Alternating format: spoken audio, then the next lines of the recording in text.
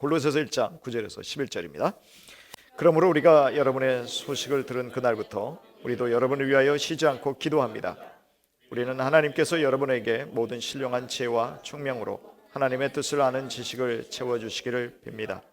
여러분이 주님께 합당하게 살아감으로써 모든 일에서 그분을 기쁘게 해드리고 모든 선한 일에서 열매를 맺고 하나님을 점점 더 알고 하나님의 영광의 권능에서 오는 모든 능력으로 강하게 되어서 기쁨으로 끝까지 참고 견디기를 바랍니다.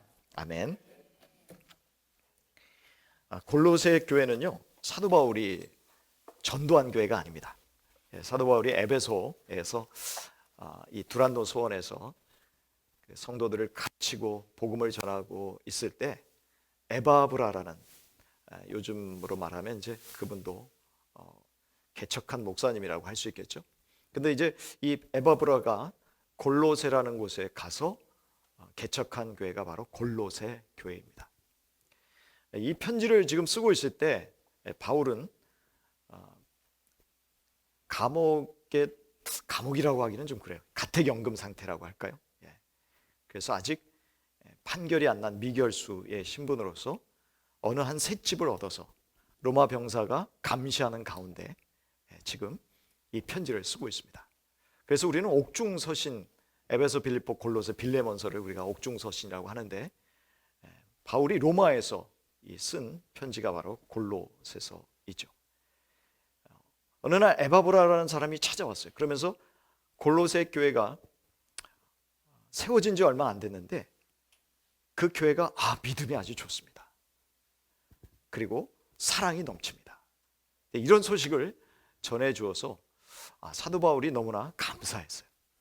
하지만 한편으로는 또 이단들이 이 골로새 교인들의 신앙을 무너뜨리려고 호시탐탐 노리고 있었기 때문에 또 한편으로는 편지를 써야 될 필요성이 있어서 이제 골로새서라는 편지를 써서 보낸 것이죠. 오늘 이 편지 말씀을 보면 먼저 10절에 보면 이런 내용이 있습니다. 여러분이 주님께 합당하게 살아감으로써, 이게 합당하게 살아간다라는 것은 어떤 의미냐면은 어떤 가치 있게 살아간다라는 그런 의미입니다. worthy라는 영어의 그런 의미가 되겠는데요. 근데 이게 헬라어에는 같은 무게라는 그런 뜻이 있어요. 그러니까 예수님의 그런 모습과 거의 비슷한 모습으로 살아가는, 같은 모습으로 살아가는 그러한 것이 바로 우리가 합당하게 살아가는 삶이다 라고 말하고 있습니다. 여러분, 우리가 KS 마크를 달면 일단은 신뢰를 하게 됩니다.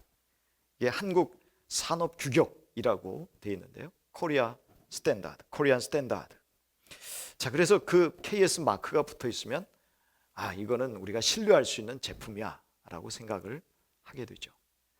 그런데요, 이 KS 마크를 붙인 이 제품이 심사가 합격한 후에라도 품질 규격이 만약에 그 이하로 떨어졌다, 그러면 다시 그 KS 마크를 받지 못하게 된다고 합니다.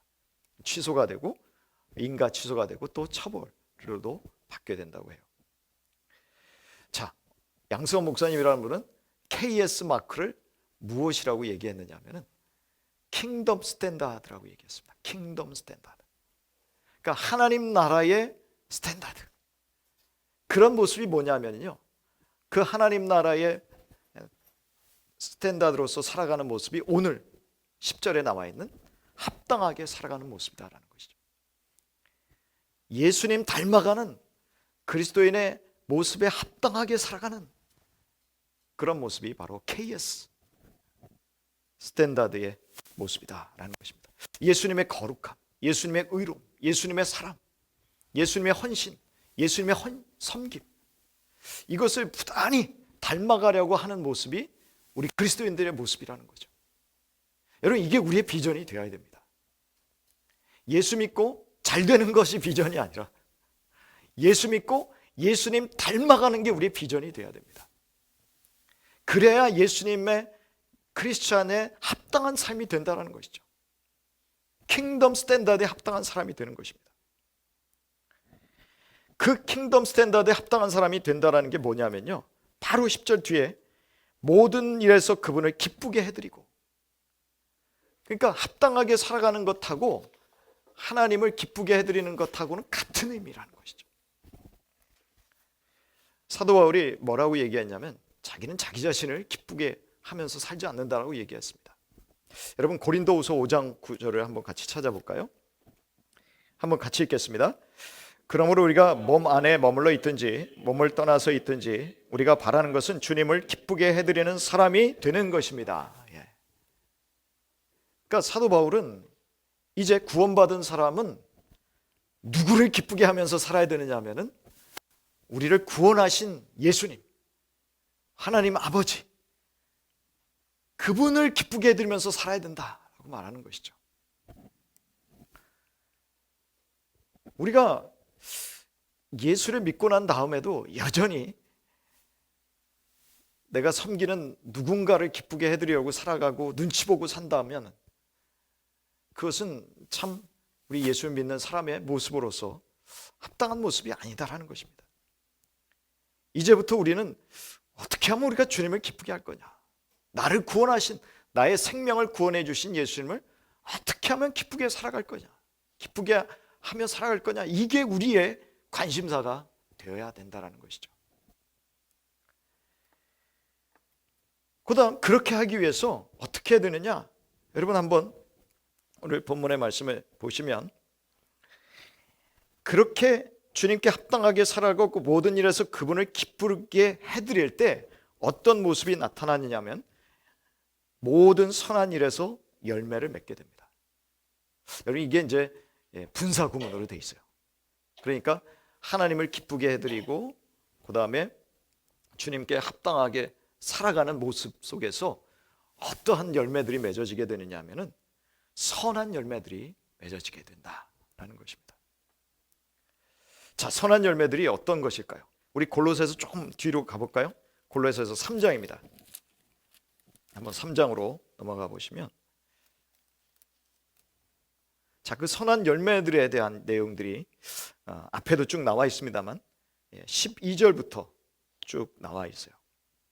한번 골로새서 3장 12절부터 쭉 한번 같이 읽어보겠습니다. 그러므로 여러분은 하나님의 택하심을 입은 사랑받는 거룩한 사람답게 동정심과 친절함과 겸손함과 온유함과 오래 참음을 옷 입듯이 입으십시오. 누가 누구에게 불평할 일이 있더라도 서로 용납하여 주고 서로 용서하여 주십시오. 주님께서 여러분을 용서하신 것과 같이 여러분도 서로 용서하십시오. 이 모든 것 위에 사랑을 더하십시오. 사랑은 완전하게 묶는 띠입니다. 그리스도의 평화가 여러분의 마음을 지배하게 하십시오. 이 평화를 누리도록 여러분은 부르심을 받아 한 몸이 되었습니다. 또 여러분은 감사하는 사람이 되십시오. 그리스도의 말씀이 여러분 가운데서 풍성히 살아있게 하십시오. 온갖 지혜로 서로 가르치고 권고하십시오. 감사한 마음으로 시와 찬미와 신령한 노래로 여러분의 하나님께 마음을 다하여 찬양하십시오. 그리고 말이든 행동이든 무엇을 하든지 모든 것을 주 예수의 이름으로 하고 그분에게서 힘을 얻어서 아버지 하나님께 감사를 드리십시오. 아내되니 여러분 남편에게 순종하십시오. 이것이 주님 안에서 합당한 일입니다. 남편되니 여러분 아내를 사랑하십시오.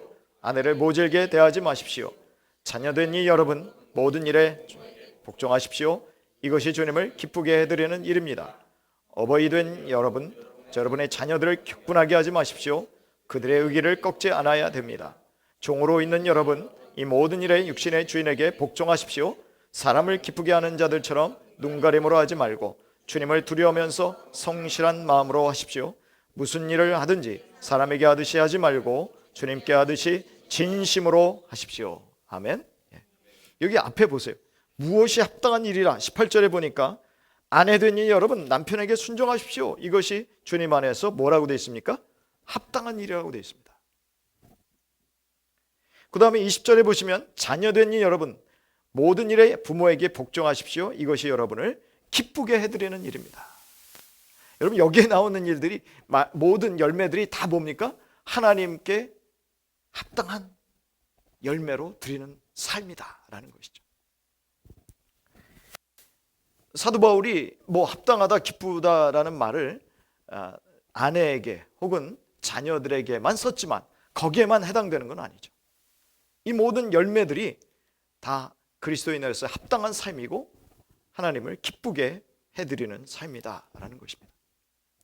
이런 우리가 목표로 해야 되는 것이 바로 이러한 삶의 모습이다라는 것이죠. 자, 이러한 열매를 맺는 데는 하루아침에 되지 않습니다. 그래서 제가 자주 쓰는 표현이 under construction이라는 것인데, 공사 중이라는 것이죠. 그래서 우리가 한 사람 한 사람이 그리스도 안에서 열매를 맺는 이러한 합당한 삶, 하나님을 기쁘게 하는 삶은 하루아침에 되지 않습니다. 세월이 흘러야 돼요. 고난을 받으면서 훈련도 해야 됩니다. 우리가 어저께 디모데전서 우리 4장의 말씀을 우리가 같이 봤습니다만, 거기에 경건에 이르기를 연습해라 라고 되어 있습니다. 경건에 이르기를 연습해라.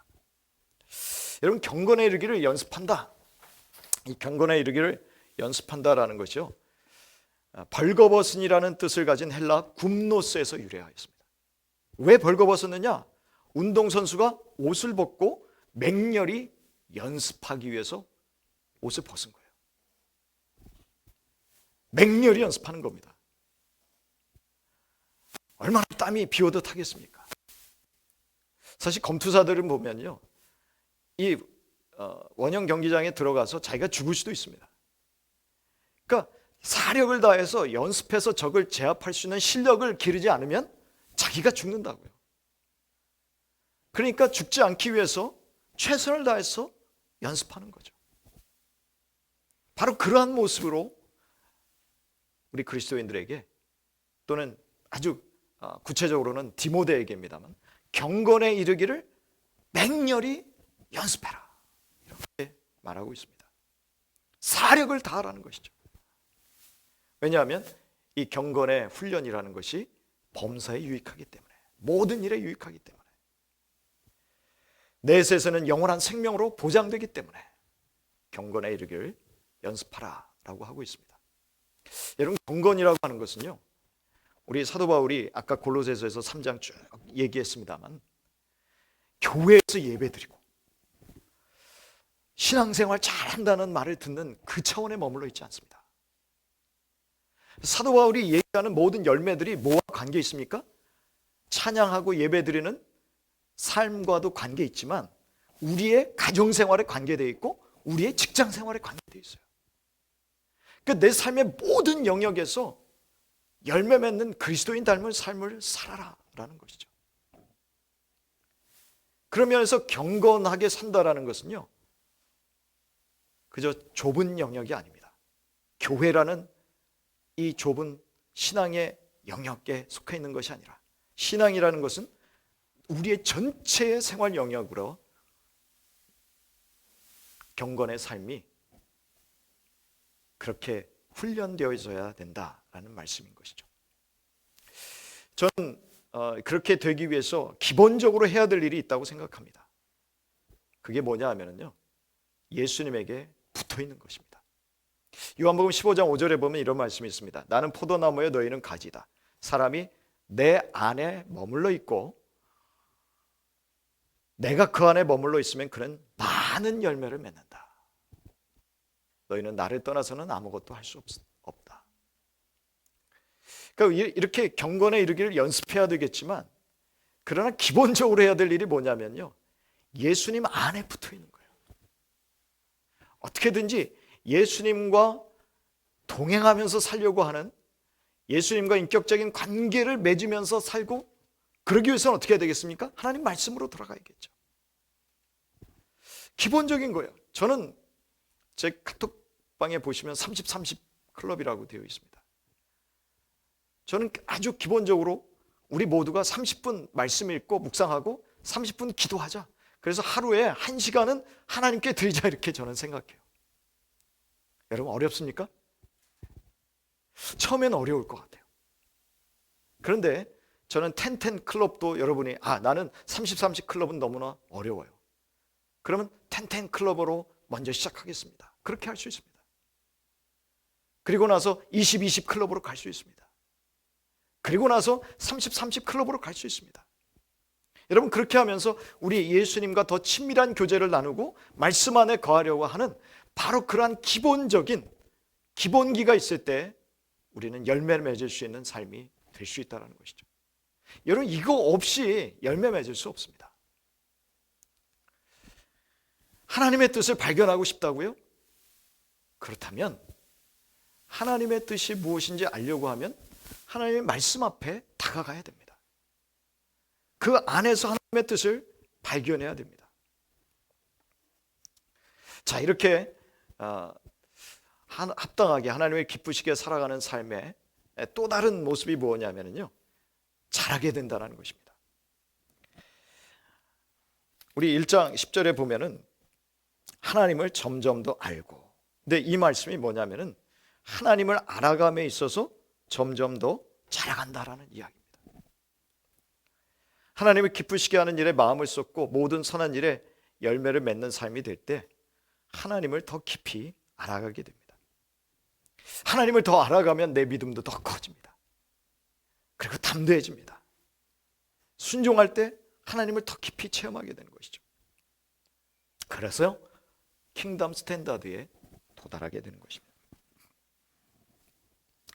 저는 이번 주에 BTX 준비하면서 느헤미야를 같이 봤어요. 근데 느헤미야 1장에 보니까 느헤미야의 기도가 나와 있더라고요. 저는 그 기도가 우리 그리스도인들의 전형인 것 같아요. 여러분, 한번 같이 찾아보겠습니까? 느헤미야 1장입니다. 짧으니까 우리 1절부터 11절까지 우리 같이 쭉 한번 읽어보도록 하겠습니다. 같이 읽겠습니다. 하가리의 아들 느헤미야가 한 말이다. 20년 기슬월 내가 도상수생에 있을 때에 나의 형제 가운데 하나인 하나니가 다른 사람들과 함께 유다에서 왔기로 이리로 사로잡혀 오지 않고 그곳에 남아있는 유대 사람들은 어떠한지 예루살렘의 형편은 어떠한지를 물어보았다. 그들이 나에게 대답하였다. 사로잡혀 오지 않고 그 지방에 남은 사람들은 거기에서 고생이 아주 심합니다. 업신여김을 받습니다. 예루살렘 성벽은 허물어지고 성문들은 불에 탔습니다. 이 말을 듣고서 나는 주저앉아서 울었다. 나는 슬픔에 잠긴 채로 며칠 동안 금식하면서 하나님께 기도하여 아뢰었다. 주 하늘의 하나님, 위대하고 두려운 하나님, 주님을 사랑하는 이들과 세운 언약, 주님의 계명을 지키는 이들과 세운 언약을 지키시며 은혜를 베푸시는 하나님, 이제 이 종이 밤낮 주님 앞에서 주님의 종 이스라엘 자손을 위하여 드리는 이 기도에 귀를 기울이시고 살펴주십시오. 우리 이스라엘 자손이 주님을 거역하는 죄를 지은 것을 자복합니다. 저와 저의 집안까지도 죄를 지었습니다. 우리가 주님께 매우 큰 잘못을 저질렀습니다. 주님의 종 모세를 시키시어 우리에게 내리신 계명과 율례와 규례를 우리가 지키지 않았습니다. 주님의 종 모세를 시키시어 하신 말씀을 기억하여 주십시오. 우리가 죄를 지으면 주님께서 우리를 여러 나라에 흩어버리겠지만 우리가 주님께로 돌아와서 주님의 계명을 지키고 실천하면 쫓겨난 우리가 하늘 끝에 가 있을지라도 주님께서 거기에서 우리를 한데 모아서 주님의 이름을 두려워 택한 곳으로 돌아가게 하겠다고 하신 그 말씀을 이제 기억하여 주십시오. 이들은 주님께서 크신 힘과 강한 팔로 건져내신 주님의 종이며 주님의 백성입니다. 주님 종의 간구를 들어주십시오. 종의 이름을 진심으로 두려워하는 주님의 종들의 간구에 귀를 기울여 주십시오. 이제 주님의 종이 하는 모든 일을 형통하게 하여 주시고 왕에게 자비를 입게 하여 주십시오. 그때 나는 왕에게 술잔을 받들어 올리는 일을 맡고 있었다. 단순히 기도만이 아니고요, 이 느헤미야가 기도하면서 하나님이 어떤 분이신지를 더 깨닫게 됩니다. 하나님을 알아가는 데 있어서, 오늘 표현으로 한다면 하나님을 아는 데 있어서 자라가게 되는 것이죠. 그러니까 느헤미야가 너무나 그 자기 동족이 당하고 있는 형편이 안타까워서 마음이 무너졌어요. 근데 마음이 무너져서 실망하고 좌절하고만 앉아있지 않고 그가 하나님 앞에 기도하기 시작합니다. 사실 여러분, 느헤미야가 쉽지 않은 사람입니다. 이렇게 하기가 쉽지 않아요. 왜냐하면 지금 이스라엘 백성이 한 140년 전에 포로로 잡혀갔거든요. 그러니까 느헤미야는요, 어떻게 보면 이민 4세라고 할 수 있어요. 근데 그 사람이 아직도 자기 동족, 자기 조상들의 나라에 대해서 관심을 갖고 있었다는 얘기입니다. 이게 무슨 말이냐면, 요즘 우리로 치자면 우리의 자녀들이 한국 교회를 보면서 안타까워하는 거예요. 야, 예전에 우리 한국교회가 참 부흥했었는데, 주일학교마다 우리 많은 학생들이 있었는데, 그러면서 젊은 세대들이 한국교회에 대해서 안타까움을 가지고 있는 그것과 똑같은 이야기다라는 것입니다. 무관심하지 않았습니다. 그런데 너무 자기의 동족들의 상황이 어렵고 힘겨움에 안타까워서 마음이 무너졌지만 그는 하나님께 기도하기 시작했습니다. 그러면서 기도하니까 무엇이 생각났느냐 하면 하나님의 말씀이 생각난 거예요. 유대인들은 되게 말씀에 대해서 정통한 사람들입니다. 비록 이 느헤미야가 지금 페르시아에서 술관원이었어요. 술관원이라는 건 뭐냐면은 왕의 최측근이에요. 왕의 최측근은 어떤 사람이냐면 왕 대신 음식을 먹는 사람이에요. 술관원이었기 때문에 왕에게 포도주를 드리고 그 다음에 포도주 드리기 전에 어떻게 하면 자기가 먼저 먹습니다. 왜 그래요? 독이 들어있을까 봐. 자기의 목숨을 먼저 내놓는 사람이 왕의 최측근의 사람이고, 왕과 친구가 되어서 이러한저런 일들을 사적으로 나눌 수 있는 사람이 바로 느헤미야였어요. 여러분, 이민 4세가 이 자리까지 올라왔다. 그러면 그 동안에 얼마나 많은 고통이 있었을까요? 어려움이 있었을까요? 근데 이 자리까지 올라왔어요. 그럼 이 나라에 충성하면서 살면 되죠. 내가 예전에 살았던 우리 조상의 나라에 뭐 그렇게 관심이 있겠어요? 그런데 그 조상의 나라에 대해서, 하나님을 섬기는 자기 동족에 대해서 여전히 관심이 있었다라는 것입니다. 그렇게 될 수 있었던 것은 말씀을 알았기 때문이죠.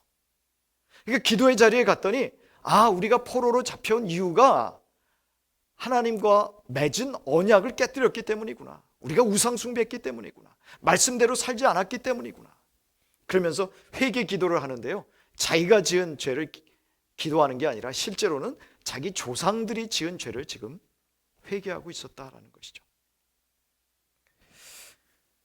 하나님과 동행하는 삶이라는 것은 이렇게 말씀 앞에서 자기 자신을 돌아보고 그 말씀이 자기와 별 상관이 없는 것처럼 보인다고 하더라도 그것을 우리 모든 신앙 공동체와 연결시키는 사람이 참 하나님 앞에 합당한 사람이다, 열매 맺는 사람이다라는 것을 알 수 있습니다.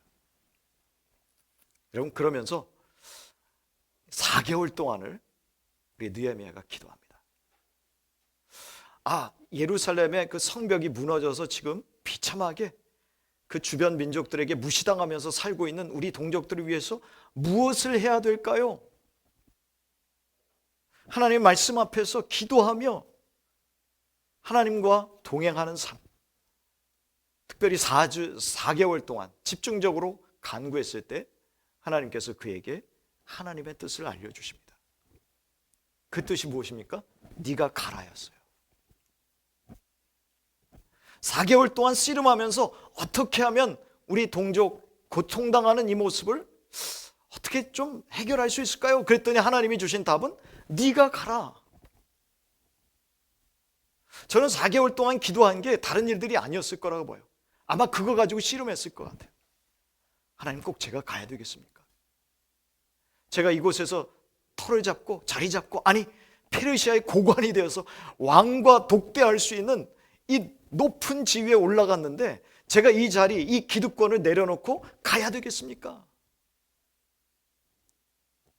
여러분, 하나님의 뜻을 알고 싶으시다면서요. 그렇다면 하나님과 깊은 교제 가운데 들어가지 않으면 하나님께서 우리에게 주시는 뜻을 알기가 어렵습니다. 말씀 가운데 들어가지 않으면 느헤미야처럼 기도할 수 없어요. 말씀 가운데 들어가지 않으면, 깊이 들어가지 않으면 내 속에 깊은 죄를 내가 회개할 수 없어요. 어떤 때는 나의 죄뿐만 아니라 내 가족의 죄를 회개해야 될 때도 있을 것입니다.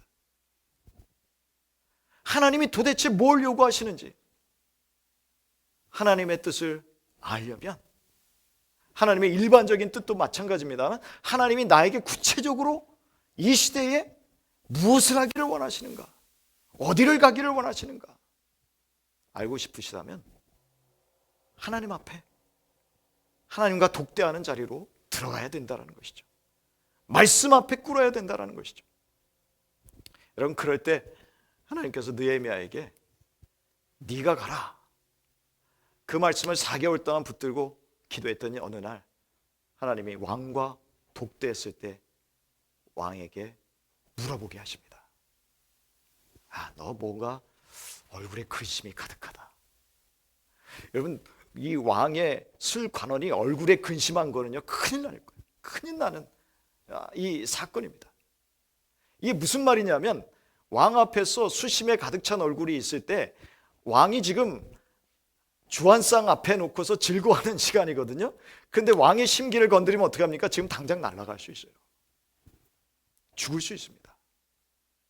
혹시 얼굴에 수심이 있다는 건 그 신하가 반심을 품었을 수도 있어요. 반역하는 마음을 품었을 수도 있다라고 판단하게 되는 거예요. 그런데 하나님께서 그 왕에게 물어보게 하십니다. 어디 아프지도 않은 것 같은데 왜 근심이 있어?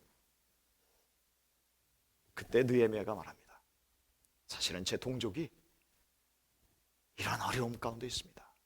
성벽은 다 무너지고 그 성의 문은 다 불타버리고, 그리고 우리 동족들이 지금 다른 민족들에게 무시당하면서 살고 있습니다. 우리 조상의 묘실이 다 회파됐습니다.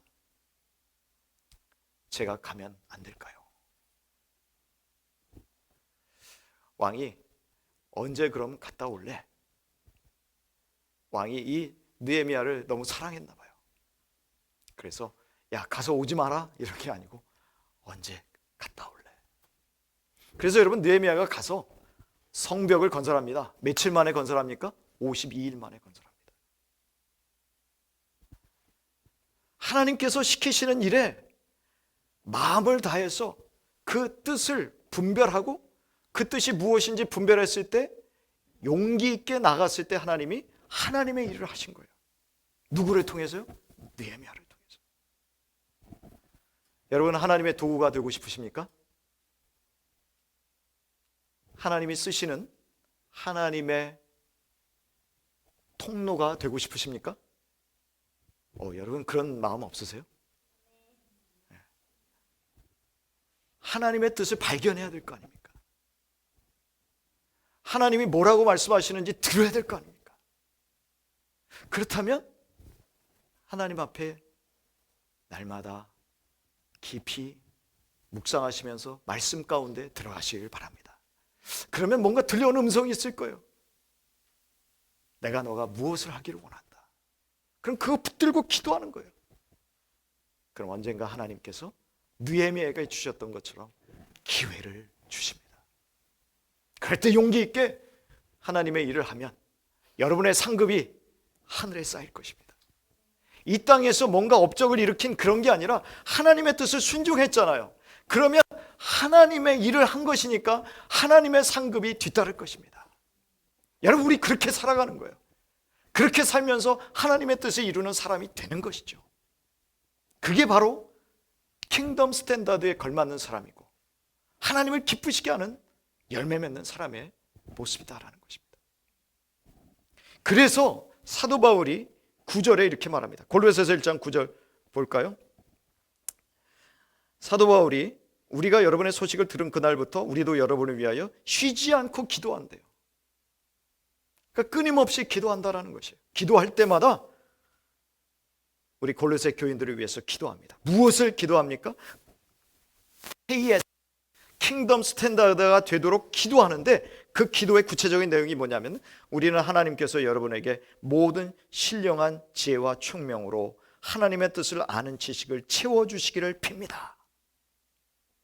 알아야 될 거 아니냐 이거죠. 하나님의 뜻을 알아야 될 거 아니냐. 성령의 지혜와 총명, 하나님이 주시는 지식이 있어야 되고요. 그 다음에 총명은 뭐냐면은 그 지식을 제대로 적용하는 능력이에요. 그러니까 지혜와 지식, 성령께서 주시는 지혜와 지식을 가지고, 총명을 가지고 하나님의 뜻을 아는 마음으로 채워주시기를 원한다. 채워주시기를 원한다. 그래서 오늘 제목이요, 체험을 위한 기도예요. 이 채운다라는 말을 사도 바울이 골로새서에서 많이 하고 있어요. 근데 이 채운다라는 게 무슨 말이냐면 항해할 때 쓰는 말입니다. 배를 타고 항해하기 전에 완전히 준비된다는 뜻이 채운다라는 뜻입니다. 그러니까 ready to go. 이제는 다 준비됐어. 항해할 준비가 됐어. 그러니까 가자. 그게 바로 어떤 상태예요? 채워진 상태예요. 하나님의 뜻을 다 알아서 이제는 채워져서 이제는 나 준비됐어요. 나는 하나님의 뜻을 행할 준비가 됐습니다. 이렇게 채워지기를 기도하는 것입니다. 그 다음에 채워진다는 말은 또 무엇인가 하면 지배를 받는다라는 말이에요. 그래서 우리가 지배를 받는다라는 겁니까? 성령의 지배를 받는다 그러면 성령께서 시키는 일을 하는 것이죠. 성령으로 충만해진다. 바로 그 말이 성령의 지배를 받는다라는 말입니다. 넘쳐요. 그래서 성령이 충만해서 하나님의 뜻을 행하는 것을 말합니다. 그럴 때 어리석은 자가 되지 않고 주의 뜻이 무엇인가를 이해할 수 있습니다. 사실 우리 예수님께서요, 우리를 뭐라고 부르셨냐면은 내가 이제부터 너희를 친구라고 불렀다 그렇게 말합니다. 여러분 성경에 이런 말씀이 있다라는 거 아십니까? 예수님이요 제자들을 향해서 야, 너희들은 이제 내 친구야. 그러면 친구 사이는 어떤 사이라는 거예요? 친구 사이는 서로 비밀이 없는 사이라는 말입니다. 서로 털어놓는 사이라는 말입니다. 그러니까 이 말씀의 의미는 뭐냐면 내가 너희들을 인도할 때 모든 비밀을 알려줄게.